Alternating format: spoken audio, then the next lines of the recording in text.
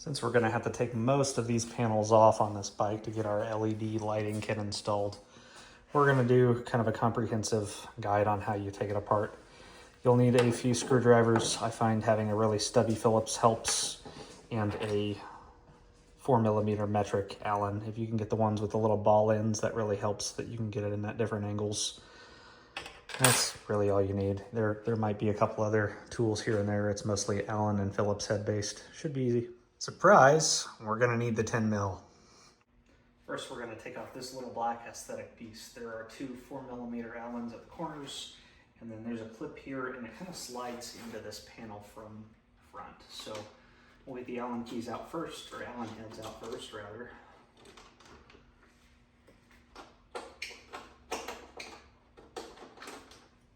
And everything on the other side of the bike is exactly the same, so you'll be able to follow along from either side. I'm gently sliding this under the seat, and over here there's a little pin that pushes into the tank. So after I have that pulled out, it gently pops out and slides forwards, if I remember right. No, slides backwards. So these little pins fit in these grooves, and when they slide backwards down here, that'll release the panel. I like to put my screws and bolts kind of back where they came from, unless there are overlapping panels, that way I don't lose them.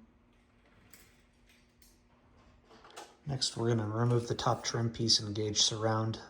There are two 4mm here, and then there are these little push pins here. There are one, and hard to get in there, two kind of down below. There's a better way to see it, and three. Easiest way to get these off is to press the center dot with your little Allen head, and then you can just grab them and pull them out. So we're going to take that off now.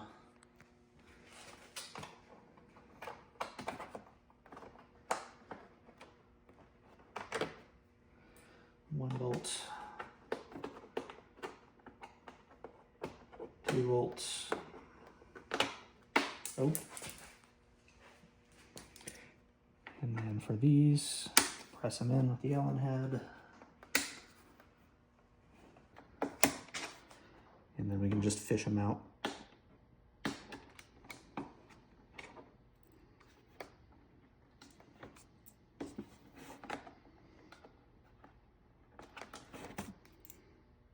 This next part's a little fiddly. What you need to know is there is a little pin under this flap where both sides kind of connect together. We're gonna have to pop that apart. And then there are little snaps all along the edge here that we need to gently release. And I'm gonna hand the phone off so I have more hands to work with. I start at the back, get my hand under from behind, and then you can kind of work your way up. And come on.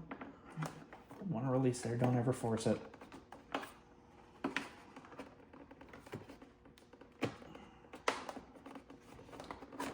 Why don't you want to come loose? Oh, it needed to go backwards. So after you have that loose, be careful up here of your fuel tank. You don't want to bump into that. And after you get that loose, down here in this cavity, there are two electrical connectors. I don't know that I'm going to be able to get them loose without some light, but there are little tabs you push down to release, and then they pull out. Now we're going down to the ground. We have 1, 2, 3, 4 screws. Those are just Phillips, and then a push pin. We're not going to take this upper panel off. That's going to stay where it's at. This little piece down here that connects from side to side, that will come off when you have both sides unhooked. That's fine. That's something we're just going to set aside. Still on the ground. Next, we're going to take out a 4mm Allen on each side. There's a 10mm up here and a 10mm up here. We're going to get those out, and then there's some pins that we need to release to take these panels off. If you have factory frame sliders like us, you have to take those off. That's a 3mm on both of those, and I find it easiest to unclip this little clip at the very back of the little retainer for the bottom of the plastic.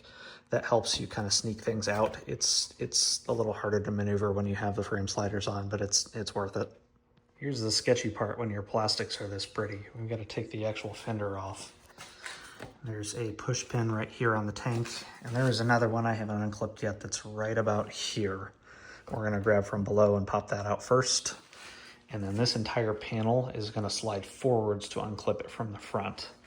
I'm gonna have to take some special care to maneuver around this little place that holds my factory frame slider. Pro tip, remember to unhook your electrical connectors before you try to take the actual side of the bike off.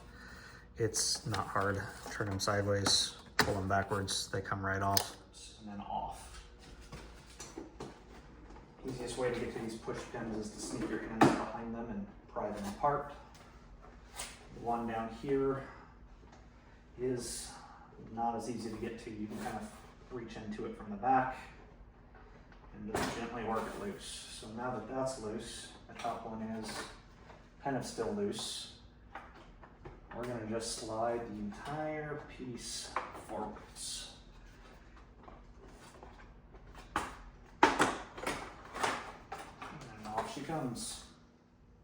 To take the back fairing off, first we have to take off the seat. Now we're going to pull these push pins off here.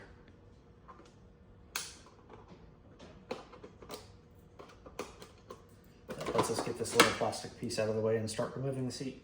There really aren't any tricks or special procedures here for these panels. There's a few 10 millimeters. This is from the panel that goes on top. There's a push pin and 3 more 10 mils back here.